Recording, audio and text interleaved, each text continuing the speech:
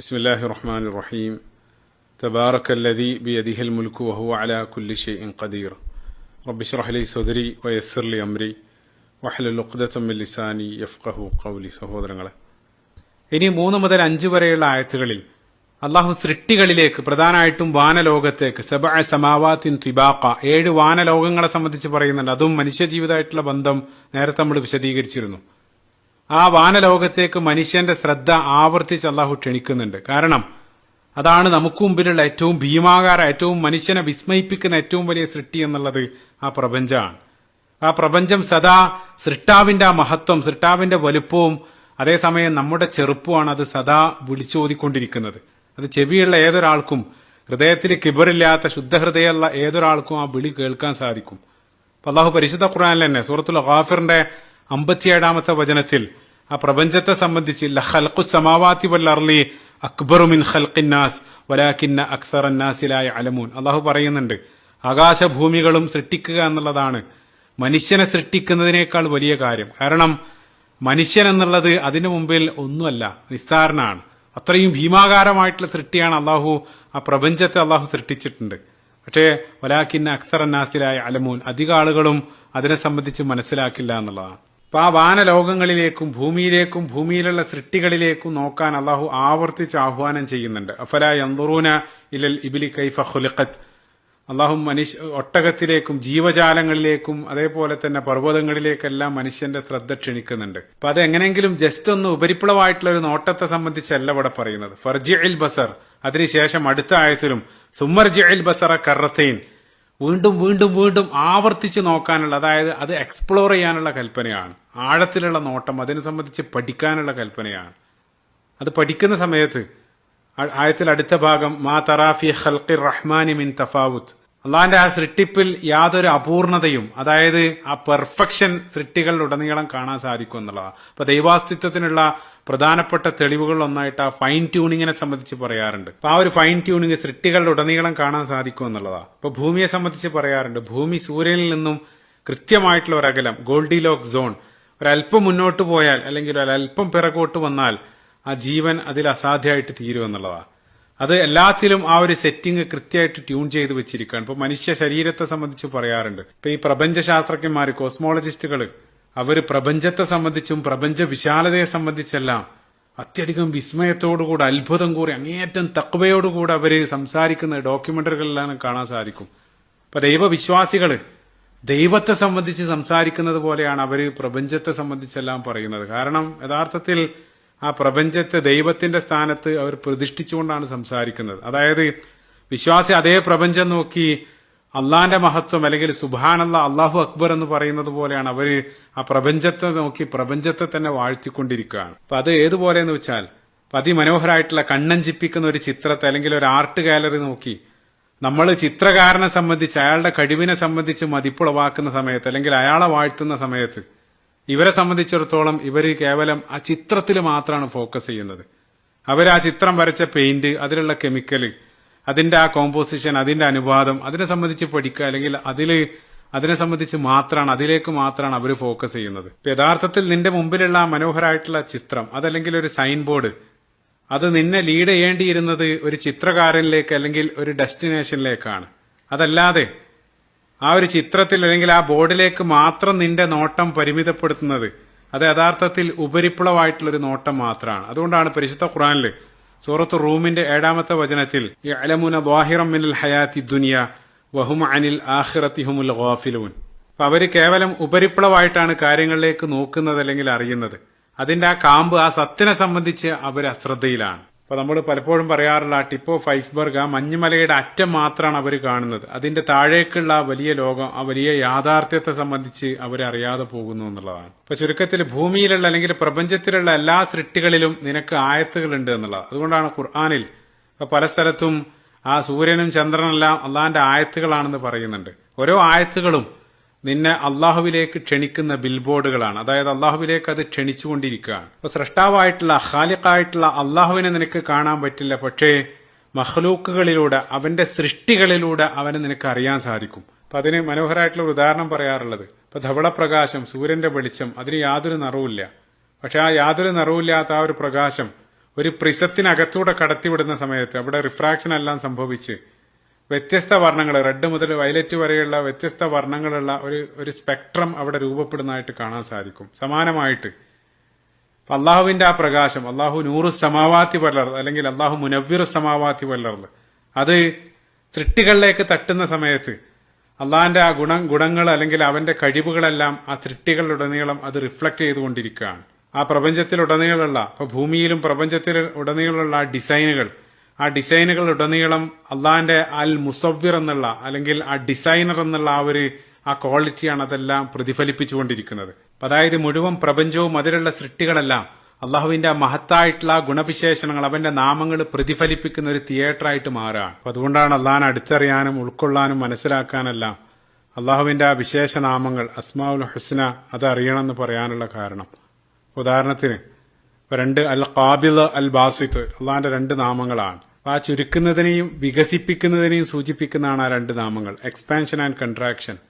ആ ഒരു ക്വാളിറ്റി ആ പ്രപഞ്ചത്തിലുടനീളം അത് പ്രതിഫലിക്കുന്നതായിട്ട് കാണാൻ സാധിക്കും. മനുഷ്യ ശരീരത്തിൽ നമ്മുടെ ഹൃദയം, ശ്വാസകോശങ്ങൾ മുതൽ ആ പ്രപഞ്ചം വരെ ഇന്നാല മൂസിയോൻ അത് സ്പന്ദിച്ചുകൊണ്ടിരിക്കുകയാണ്. അതേപോലെ തന്നെ ഇപ്പോൾ മഴ, നമുക്ക് ലഭിക്കുന്ന മഴ എന്നുള്ളത് അള്ളാഹിന്റെ റഹ്മത്ത് അല്ലെങ്കിൽ അർ റഹ്മാൻ എന്നുള്ള ആ ഒരു നാമത്തിന്റെ പ്രതിഫലനാണ്. അപ്പൊ അത് മനുഷ്യ സൃഷ്ടിപ്പ് പോലും അതിന്റെ പ്രാഥമിക ലക്ഷ്യം ഖുർആൻ പറഞ്ഞു ഇല്ലാലി അബുദൂൻ, അള്ളാഹുവിനെ ഇബാദത്ത് ചെയ്യാൻ വേണ്ടിയിട്ടാണ്. അതോടൊപ്പം മനുഷ്യ സൃഷ്ടിപ്പിന്റെ ഒരു ലക്ഷ്യം പറയും ഇബ്നു ഖയ്യിം റഹിമഹുല്ലാഹി പോലെയുള്ള പണ്ഡിതന്മാർ പറയുന്നത് അള്ളാഹുവിന്റെ അത്യധികം സവിശേഷമായിട്ടുള്ള ചില ഗുണങ്ങൾ, മഗ്ഫിറ, തൗബ, റഹ്മ, പാപമോചനം, അതേപോലെ തന്നെ കാരുണ്യം, അതിന്റെ എല്ലാം മാനിഫെസ്റ്റേഷന് വേണ്ടിയിട്ടാണ് ഈ മനുഷ്യ ജിന്ന് വർഗങ്ങളെ സൃഷ്ടിച്ചത് എന്നുള്ളതാണ്. കാരണം ഇപ്പൊ മലക്കുകൾ, അതല്ലാത്ത മലക്കുകളെ സംബന്ധിച്ചിടത്തോളം അതിന്റെ ആവശ്യം അവർക്കില്ല. ലാ യഅസൂന അല്ലാഹ മാ അമറഹും, അവര് അള്ളാഹിനെ അനുസരിക്കാൻ മാത്രം അറിയുന്നവരാണ്. അതേസമയം മനുഷ്യനെ സംബന്ധിച്ചിടത്തോളം മനുഷ്യനാണ് തൗബയും അതേ രൂപത്തിൽ അതെല്ലാം ആവശ്യമായിട്ട് വരുന്നത്. അപ്പൊ നമുക്ക് മുമ്പിലുള്ള ആ സൃഷ്ടികളിലേക്കും പ്രപഞ്ച യാഥാർത്ഥ്യങ്ങളിലേക്കെല്ലാം കണ്ണു തുറന്നു വെച്ച് നോക്കിയാൽ ഏതൊരാൾക്കും ആ സൃഷ്ടാവിലേക്ക് എത്തിച്ചേരാൻ പറ്റുമെന്നുള്ളതാണ്. അതല്ലാതെ കണ്ടാലേ വിശ്വസിക്കുമെന്ന് ചടിക്കുന്ന ആളുകളുണ്ട്. റസൂലുള്ളാഹി സ്വല്ലല്ലാഹു അലൈഹി വസല്ലമയോടും അത്തരത്തിലുള്ള ചിലത് കാണിച്ചു തരാനുള്ള അവരുടെ വാദങ്ങൾ ഖുർആനിലും പല സ്ഥലത്ത് അള്ളാഹു ഉദ്ധരിക്കുന്നുണ്ട്. അപ്പൊ കണ്ടു കഴിഞ്ഞാൽ പിന്നീട് വിശ്വസിക്കേണ്ട ആവശ്യം എന്താണ്? കാണാതെയാണ് വിശ്വസിക്കേണ്ടത്.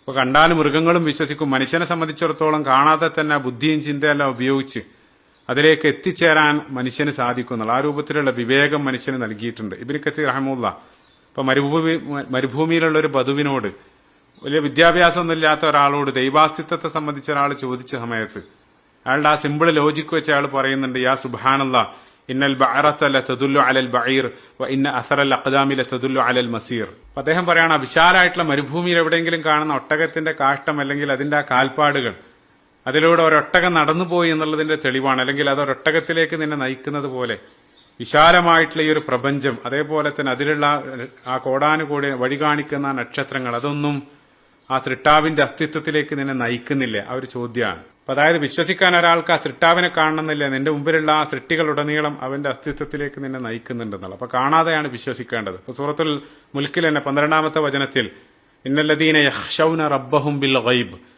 അദൃശ്യ നിലയിൽ അള്ളാഹിനെ ഭയപ്പെടുക. അതേപോലെ തന്നെ സൂറത്തുൽ ബഖറയുടെ ആരംഭത്തിലും ആ വിശ്വാസികളെ സംബന്ധിച്ച് പറഞ്ഞ സമയത്ത് അല്ലദീന യുഅ്മിനൂന ബിൽ ഗൈബ്, അവര് അദൃശ്യത്തിൽ വിശ്വസിക്കുന്നവരാണ്. അപ്പൊ കണ്ടിട്ടല്ല വിശ്വസിക്കേണ്ടത്. ഇനി കണ്ടാലേ വിശ്വസിക്കുമെന്ന് ശഠിക്കുന്ന ആളുകള് അവർ കേവലം ചില ദുർന്യായങ്ങൾ, എക്സ്ക്യൂസുകൾ പറഞ്ഞുകൊണ്ടിരിക്കുകയാണ്. അത്തരം ആളുകൾ ഇനി കാണിച്ചു കൊടുത്താലും വിശ്വസിക്കാൻ പോകുന്നില്ല. ഖുർആനിൽ പല സ്ഥലത്തും സൂറത്തുൽ ഹിജ്റിന്റെ 14 15 ആയത്തുകളിലെല്ലാം അള്ളാഹു പറയുന്നുണ്ട്, അവർക്ക് ഇനി നേർക്ക് നേരെ ദൃഷ്ടാന്തങ്ങൾ കാണിച്ചു കൊടുത്താൽ അപ്പൊ അവര് പറയും ഇന്നമാ സുക്കിറത അബ്സ്വാറുന, അത് ഞങ്ങളുടെ കണ്ണുകൾക്ക് മത്ത് ബാധിച്ചതാണ്, അതല്ലെങ്കിൽ അത് സിഹറാണെന്നെല്ലാം പറഞ്ഞ് ആ സമയത്ത് അവർ വീണ്ടും അതിനെ നിഷേധിക്കും എന്നുള്ളതാണ്. മറ്റൊരു സൈഡ് പോയിന്റ്, ആ ഖുർആനിലുടനീളം അള്ളാഹു കാഴ്ചയേക്കാൾ കേൾവിയാണ് ഹൈലൈറ്റ് ചെയ്തതായിട്ട് കാണുക.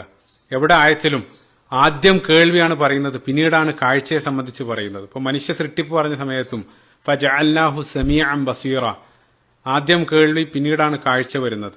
അത് എത്രത്തോളം എന്ന് വെച്ചാൽ ഇപ്പൊ അന്ധരെയും ബധിരരെയും സംബന്ധിച്ച് പറഞ്ഞ സമയത്ത് പോലും ഇപ്പൊ സൂറത്ത് മുഹമ്മദിൽ ഫഅസമ്മഹും വഅമ അബ്സ്വാറഹും അല്ലെങ്കിൽ സുമ്മം വഉമിയാന സൂറത്ത് ഫുർഖാൻ, അവിടെ എല്ലാം അതേ ഓർഡറിലാണ് വരുന്നത്. കാരണം കേൾവി ഹൈലൈറ്റ് ചെയ്യാനുള്ള കാരണം 10-23 വർഷക്കാലം അവര് ആ ഖുർആന്റെ മെസ്സേജ് എന്നുള്ളത് അവര് കാണുകയായിരുന്നില്ല, മറിച്ച് കേൾക്കുകയായിരുന്നു. അപ്പൊ ആ ഖുർആന്റെ മെസ്സേജ് അല്ലെങ്കിൽ ഖുർആൻ അത്ഭുതമായിട്ട് മാറുന്നത് അത് കണ്ണുകൾക്കല്ല കാതുകൾക്കാണ്. അതുകൊണ്ടാണ് അത് ഖിയാമത്ത് നാൾ വരെ നിലനിൽക്കുന്നത്.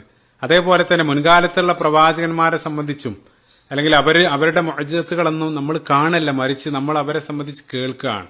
അപ്പൊ വിശ്വാസം എന്നുള്ളത് കൂടുതൽ ആ കാതുമായിട്ട് ബന്ധപ്പെട്ടതാണ്. വഖാലു സമിഅന വ അത്വഅന അള്ളാഹു പറയുന്നുണ്ട്. അതേപോലെ തന്നെ സൂറത്ത് ആലിമ്രാന്റെ 193 വചനത്തിലും റബ്ബന സമിഅന മുനാദിയൻ യുനാദി ലിൽ ഈമാൻ. അപ്പൊ കാഴ്ചയേക്കാൾ ആ കേൾവിക്കാണ് പ്രാധാന്യം എന്നുള്ളതാണ്. അതുകൊണ്ടാണ് ഇപ്പൊ മരണസമയത്തുള്ള ആ ഒരു വിലാപത്തെ സംബന്ധിച്ച് ഇതേ സൂറത്തുൽ മുൽക്കിന്റെ 10 വചനത്തിൽ വഖാലു ലൗ കുന്ന നസ്മഉ ഔ നഅഖിലു, ഞങ്ങൾ കേൾക്കുകയും ചിന്തിക്കുകയും ചെയ്തിരുന്നെങ്കിൽ ഞങ്ങൾ ഈ ഒരു അവസ്ഥയിൽ ഞങ്ങൾ ആകുമായിരുന്നില്ല. അവരുടെ വിലാപത്തെ സംബന്ധിച്ച് പറയുന്നുണ്ട്. അപ്പൊ അള്ളാഹുവിന്റെ ആയത്തുകൾ, പ്രകൃതി ദൃഷ്ടാന്തങ്ങളിലും മറ്റുള്ള ആയത്തുകൾ നമ്മൾ കണ്ണുകൊണ്ട് കാണും, അതേസമയം ആ മെസ്സേജ് നമ്മൾ ആ ചെവി കൊണ്ട് കേൾക്കും, എന്നിട്ട് അതിനെ സംബന്ധിച്ച് നമ്മൾ ചിന്തിക്കും.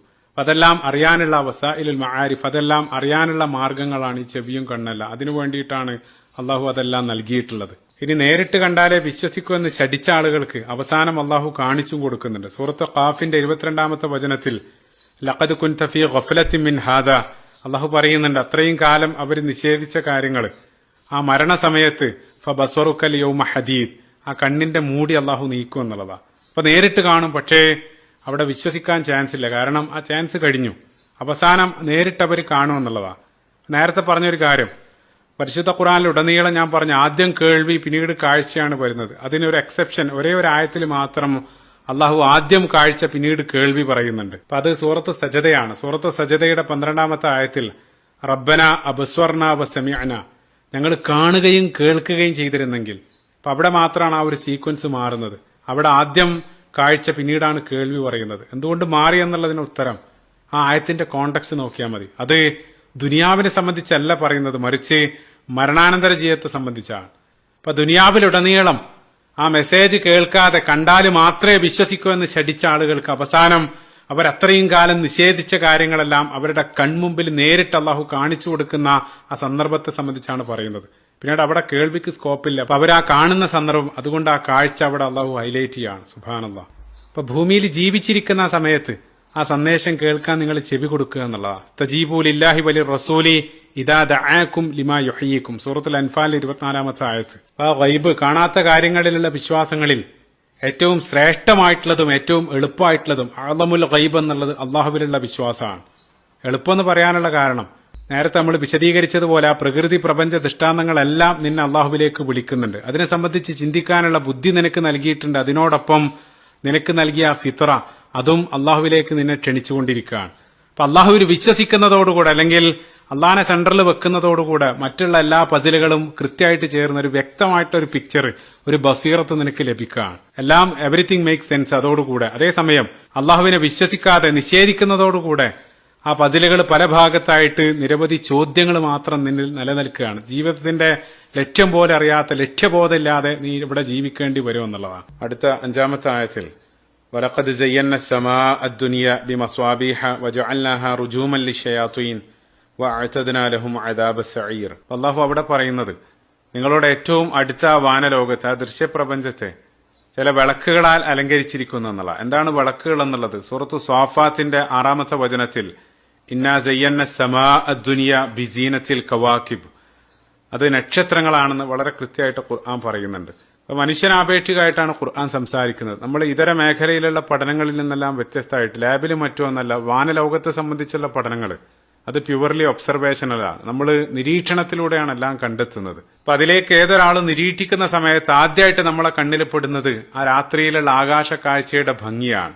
ഇപ്പൊ നമ്മളൊരു ഓഡിറ്റോറിയം അല്ലെങ്കിൽ ഒരു കല്യാണ വീടെല്ലാം മനോഹരമായിട്ട് വിളക്കുകളാൽ അലങ്കരിക്കുന്നത് പോലെ ഭൂമിയിലുള്ള മണൽത്തരികളോളം വരുന്ന ആ നക്ഷത്ര വിളക്കുകളാൽ വാനലോകം അതിമനോഹരമായിട്ട് അലങ്കരിച്ചിരിക്കുകയാണ്. ഇന്ന് പലപ്പോഴും നമ്മുടെ ആ ഒരു ആർട്ടിഫിഷ്യൽ ലൈറ്റ്, ആ ലൈറ്റ് പൊല്യൂഷൻ, ആ ഒരു മലിനീകരണം കാരണം ആ തനത് രൂപത്തിൽ ആ രാത്രിയുടെ ആകാശ കാഴ്ച നമുക്ക് നഷ്ടപ്പെടുകയാണ്. അതിപ്പോ ഭൂമിയിലുള്ള ചില മരുഭൂമികൾ, അറ്റക്കാമ, ചിലിയിലുള്ള അറ്റക്കാമ മരുഭൂമിയിൽ നിന്നുള്ള രാത്രിയുടെ ആകാശ കാഴ്ചയെല്ലാം അതിമനോഹരമാണ്, കണ്ടുനോക്കുക. ഇപ്പൊ മുമ്പൊരു പണ്ഡിതൻ അദ്ദേഹത്തിന്റെ നിരീക്ഷണം പങ്കുവെച്ചത് ഓർക്കുന്നത്, ഇപ്പോ ഇന്ന് ഭൗതികവാദത്തിന്റെ, ദൈവനിഷേധത്തിന്റെ വളർച്ചക്കെല്ലാം ഒരു കാരണം അദ്ദേഹം ഇതായിട്ട് പറയുന്നുണ്ട്. അതായത് ആ രാത്രി അതിന്റെ ആ ഒരു പ്രൗഢിയോടുകൂടെ തനത് രൂപത്തിലുള്ള വാനലോകം കണ്ടാൽ തന്നെ യഥാർത്ഥത്തിൽ അത് മനുഷ്യൻ അങ്ങേയറ്റം വിനയുള്ളവനാക്കി മാറ്റും എന്നുള്ളതാണ്. ഈ രൂപത്തിൽ നക്ഷത്രങ്ങളാൽ അലങ്കരിച്ചിരിക്കുകയാണ്.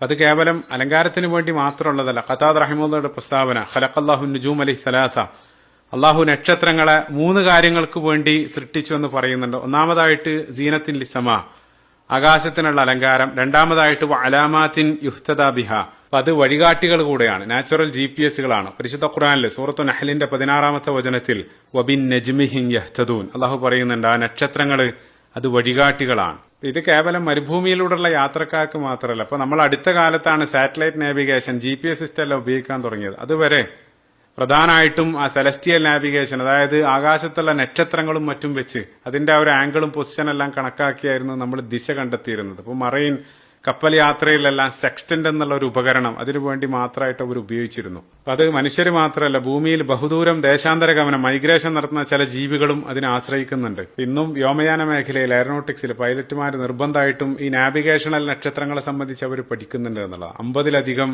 നാവിഗേഷണൽ നക്ഷത്രങ്ങളുണ്ട്. അപ്പൊ അവർക്ക് വഴികാട്ടികളായിട്ടുള്ള എല്ലാ സിസ്റ്റങ്ങളും, ഇപ്പോൾ GPS-ഉം റഡാറല്ല എന്തെങ്കിലും ഒരു കാരണത്താൽ പ്രവർത്തനരഹിതമാവുകയാണെങ്കിൽ പിന്നീട് അവർക്കുള്ള ഓപ്ഷൻ ഈ സെലസ്റ്റിയൽ നാവിഗേഷൻ, നക്ഷത്രങ്ങളും മറ്റും വെച്ച് വഴി നോക്കാനുള്ളതാണ്. അപ്പൊ നക്ഷത്രങ്ങൾ വഴികാട്ടി എന്ന് പറയുമ്പോൾ പരിശുദ്ധ ഖുർആൻ പറയുന്ന മറ്റൊരു യാഥാർത്ഥ്യം അതുമായിട്ട് ചേർത്ത് വായിക്കേണ്ടതുണ്ട്. ഇപ്പൊ സൂറത്തുൽ വാഖിയയിൽ അള്ളാഹു നക്ഷത്രങ്ങളുടെ ആ സ്ഥാനങ്ങളെ, പൊസിഷനെ വെച്ചുകൊണ്ട് അള്ളാഹു ഒരു സത്യം ചെയ്യുന്നുണ്ട്. 75 മുതലുള്ള ആയത്തുകളിൽ ഫലാ ഉഖ്സിമു ബിമവാഖിഇൻ നുജൂം, നക്ഷത്രങ്ങളുടെ സ്ഥാനങ്ങൾ, ആ പൊസിഷൻ തന്നെയാണ് സത്യം. ആ സത്യത്തെ സംബന്ധിച്ച് മറ്റെവിടെയും പറയാത്ത രൂപത്തിൽ അള്ളാഹു ഇന്നഹു ലഖസമും ലൗ തഅലമൂന അളീം, അത് നിങ്ങൾ അറിഞ്ഞിരുന്നെങ്കിൽ ഒമ്പിച്ചൊരു സത്യത്തെ സംബന്ധിച്ചാണ് അള്ളാഹു പറയുന്നത്. ശേഷം ഇന്നഹു ലഖുർആനുൻ കരീം, അള്ളാഹു ആ ഒരു യാഥാർത്ഥ്യത്തെ ഖുർആനുമായിട്ട് ബന്ധിപ്പിക്കുന്നുണ്ട്. മനോഹരമാണ് ആ കണക്ഷൻ. കാരണം രാത്രിയുടെ അന്ധകാരത്തിൽ യാത്ര ചെയ്യുന്ന ആളുകൾക്ക് വെളിച്ചവും വഴികാട്ടികളായിട്ട് മാനത്തെ നക്ഷത്രങ്ങൾ ഉള്ളതുപോലെ അള്ളാഹുവിലേക്കുള്ള നമ്മുടെ യാത്രയിൽ ഈ ലോകത്തെ അന്ധകാരത്തിൽ ഖുർആനാകുന്ന നക്ഷത്രം നമ്മളെ വഴി കാണിക്കും എന്നുള്ളതാ. യുഖ്രിജുഹും ദുലുമാത്തി ഇലന്നൂർ, ഇരുട്ടിൽ നിന്നും ആ വെളിച്ചത്തിലേക്ക്, അതല്ലെങ്കിൽ ഹുദല്ലിൽ മുത്തഖീൻ, അത് വിശ്വാസികൾക്ക് അത് വഴികാട്ടികളാണ്. അപ്പൊ ഖുർആൻ, അള്ളാഹുവിലേക്കുള്ള യാത്രയിൽ നമുക്കുള്ള GPS ഖുർആനാകുന്ന നക്ഷത്രമാണ്. അപ്പൊ അതേപോലെ തന്നെ ആ വാനലോകത്തുള്ള നക്ഷത്രങ്ങളെ നമ്മൾ കേവലം ഉപരിപ്ലവമായിട്ട് നോക്കുന്ന സമയത്ത് യാതൊരു ഓർഡറും ഇല്ലാതെ ചിന്നിച്ചിതറി കിടക്കുന്നതായിട്ട് തോന്നും. അതേസമയം അതിനെ സംബന്ധിച്ച് ചിന്തിച്ച് പഠിച്ച് ഒരല്പം ആഴത്തിൽ അതിനെ നോക്കുന്ന സമയത്ത് സുമർജിഅൽ ബസറ കറത്തൈൻ, അതിലുള്ള മനോഹരമായിട്ടുള്ള ആ പാറ്റേൺ, അതല്ലെങ്കിൽ ഓരോന്നും വളരെ വ്യവസ്ഥാപിതമായിട്ട് അവിടെ സംവിധാനിച്ചതാണെന്ന് ബോധ്യപ്പെടും. സമാനമായിട്ട് നമ്മളെ ഖുർആനിനെ കേവലം ഉപരിപ്ലവമായിട്ട് നോക്കുന്ന സമയത്തുള്ള ആ കാഴ്ചയാകില്ല. നമ്മൾ ആഴത്തിൽ ആ തദബ്ബുർ, അതിനു വേണ്ടിയിട്ടാണ് ആ ഗ്രന്ഥം നൽകിയിട്ടുള്ളത്. ആ തദബ്ബുറോടുകൂടെ ആ ഗ്രന്ഥത്തെ സമീപിക്കുന്ന ഏതൊരാൾക്കും മനോഹരമായിട്ടുള്ള ഒരു ഘടനയും പാറ്റേൺ എല്ലാം ആ ഖുർആനകത്ത് കാണാൻ സാധിക്കും എന്നുള്ളതാണ്. അപ്പൊ ഖതാദ റഹിമഹുള്ളാഹിയുടെ ആ പ്രസ്താവനയിലേക്ക് തന്നെ മടങ്ങി വരികയാണ്. അപ്പൊ നക്ഷത്രങ്ങളുടെ ആ സൃഷ്ടിപ്പിന്റെ 3-ാമത്തെ ഉദ്ദേശമായിട്ട് പറയുന്നത് റുജൂമല്ലി ഷയാത്തീൻ, അത് പിശാചിനെ എറിഞ്ഞോടിക്കാൻ. അതും ഈ ഒരു ആയത്തിന്റെ അവസാനത്തിലും വജഅൽനാഹ റുജൂമല്ലി ഷയാത്തീൻ അള്ളാഹു അവിടെ പറയുന്നുണ്ട്. സൂറത്ത് സ്വാഫാത്തിന്റെ ആരംഭത്തിൽ 6-7 വചനങ്ങളിലും സമാനമായിട്ടുള്ള കാര്യം അള്ളാഹു പറയുന്നുണ്ട്. അപ്പൊ നമ്മളെ സംബന്ധിച്ചിടത്തോളം നേരത്തെ പറഞ്ഞു, ഗൈബിയായിട്ടുള്ള അല്ലെങ്കിൽ അദൃശ്യ ലോകത്തിൽ നമ്മൾ വിശ്വസിക്കുന്നുണ്ട്. ഭൗതികമായിട്ടുള്ള ലോകത്തിനപ്പുറം അഭൗതികമായിട്ടൊരു ലോകം, അവിടെ ജിന്നും പിശാചും മലക്കുകളെല്ലാം അടങ്ങുന്ന ഒരു അഭൗതിക ലോകം, മെറ്റാഫിസിക്കലായിട്ടുള്ള അത്തരത്തിലുള്ള യാഥാർത്ഥ്യങ്ങളെ സംബന്ധിച്ച് നമ്മൾ വിശ്വസിക്കുന്നുണ്ട്. അത് നമ്മുടെ ഇന്ദ്രിയങ്ങൾക്കോ അല്ലെങ്കിൽ നമ്മുടെ ടെലസ്കോപ്പിനോ ശാസ്ത്രത്തിനോ ഒന്നും എത്തിച്ചേരാൻ കഴിയാത്ത ചില യാഥാർത്ഥ്യങ്ങളാണ്. അപ്പൊ ഈ 2 ലോകങ്ങളെയും, നമ്മൾ കാണുന്നതും കാണാത്തതായിട്ടുള്ള 2 ലോകങ്ങളെയും സൃഷ്ടിച്ചതും നിയന്ത്രിക്കുന്നതും പരിപാലിക്കുന്നതെല്ലാം അള്ളാഹുവാണ്. അപ്പൊ നമ്മൾ കാണുന്ന ഭൗതിക യാഥാർത്ഥ്യങ്ങൾക്ക് പിന്നിൽ സംഭവിക്കുന്ന ചില അഭൗതിക യാഥാർത്ഥ്യങ്ങളെ സംബന്ധിച്ച് രണ്ടും ഒരുപോലെ കാണുന്ന അല്ലെങ്കിൽ സൃഷ്ടിച്ച അള്ളാഹു നമുക്ക് ഇവിടെ പറഞ്ഞു തരാണ്. ശേഷം ആയത്തിന്റെ അവസാനം വഅഅ്തദ്നാ ലഹും അദാബ സഈർ, അവർക്ക് ലഭിക്കാനിരിക്കുന്ന ആ ജ്വലിക്കുന്ന നരകശിക്ഷയെ സംബന്ധിച്ചും അള്ളാഹു പറയുന്നുണ്ട്. അപ്പൊ അവിടെ കടന്നു വരുന്നൊരു ചർച്ച, ഇപ്പൊ പിശാച് നമുക്കറിയാം ജിന്ന് വർഗത്തിൽപ്പെട്ടതാണ്. ഇപ്പൊ ജിന്നുകളെ സൃഷ്ടിച്ചത് വഖലഖൽ ജാന്ന മിൻ മാരിജിൻ മിൻ നാർ, സൂറത്ത് റഹ്മാനിൽ തീ കൊണ്ടാണ് ജിന്നുകളെ സൃഷ്ടിച്ചിട്ടുള്ളത്. അപ്പൊ തീ കൊണ്ട് സൃഷ്ടിച്ച ജിന്നുകൾ എങ്ങനെയാണ് ആ തീ കൊണ്ടുള്ള ആ നരകത്തിലിട്ട് ശിക്ഷിക്കുക? അങ്ങനെ ഒരു ചർച്ച അവിടെ കടന്നു വരുന്നുണ്ട്. അപ്പൊ അതിനോട് ചേർത്ത് വെക്കാൻ പറ്റുന്ന രസകരമായിട്ടുള്ള ഒരു സംഭവം, താബികളിൽപ്പെട്ട പ്രഗത്ഭനായിട്ടുള്ള പണ്ഡിതൻ ഇയാസ് ഇബ്നു മുആവിയ റഹിമഹുല്ലാ, അദ്ദേഹത്തെ സമീപിച്ചുകൊണ്ട് ഒരാൾ പറഞ്ഞു, എനിക്ക് ഈ മദ്യം എന്തുകൊണ്ടാണ് നിങ്ങൾ ഹറാമാക്കുന്നത്? അതിലുള്ള ഓരോ ഇൻഗ്രീഡിയന്റ്, ഓരോ ചേരുവകൾ സെപ്പറേറ്റ് ആയിട്ട് എടുത്ത് പരിശോധിക്കുകയാണെങ്കിൽ അതിലൊരു കുഴപ്പവും കാണുന്നില്ല, അതെല്ലാം ഹലാലുമാണ്. ഇപ്പോൾ വെള്ളമാകട്ടെ, മുന്തിരി ആകട്ടെ, അല്ലെങ്കിൽ പഞ്ചസാര, അതെല്ലാം ഹലാലാണ്. പിന്നെ എന്തുകൊണ്ടാണ് മദ്യം ഹറാമായിട്ടുള്ളത്? എന്താണ് അതിന്റെ ലോജിക്ക്? ആ പണ്ഡിതൻ അതിന് നൽകിയ മറുപടി, നിങ്ങളുടെ ശരീരത്തിലേക്ക് ഞാൻ ഒരല്പം വെള്ളം കൊടയാണെങ്കിൽ അത് നിങ്ങൾക്ക് വേദനിക്കോ? അയാൾ പറഞ്ഞു തീർച്ചയായിട്ടും ഇല്ല.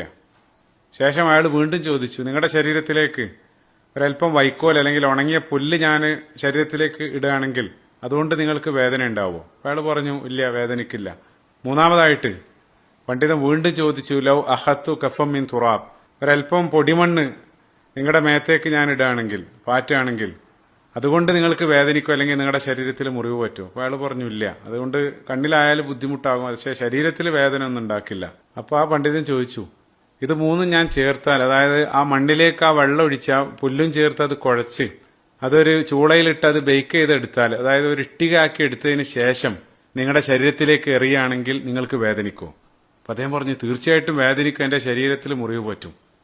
അദ്ദേഹം പറഞ്ഞു അതന്നെയാണ് അതിനുള്ള മറുപടി. അപ്പം അള്ളാഹിനെ സംബന്ധിച്ചിടത്തോളം ആദ്യത്തെ ആയത്തിൽ പറഞ്ഞതുപോലെ വഹു അലാ കുല്ലി ഷൈഇൻ ഖദീർ, അള്ളാഹ്ക്ക് എല്ലാം സാധ്യമാണ്. അപ്പൊ ചുരുക്കത്തിൽ ഈ 3 ആയത്തുകളുടെ ഒരു സമ്മറി, ആ കാണുന്ന യാഥാർത്ഥ്യങ്ങളെ സംബന്ധിച്ച് ചിന്തിക്കാനും അതിനെ നിരീക്ഷിച്ച് ആ കാണാത്ത അള്ളാഹുവിലേക്ക് എത്തിച്ചേരാൻ വേണ്ടി അള്ളാഹു ക്ഷണിക്കുകയാണ്.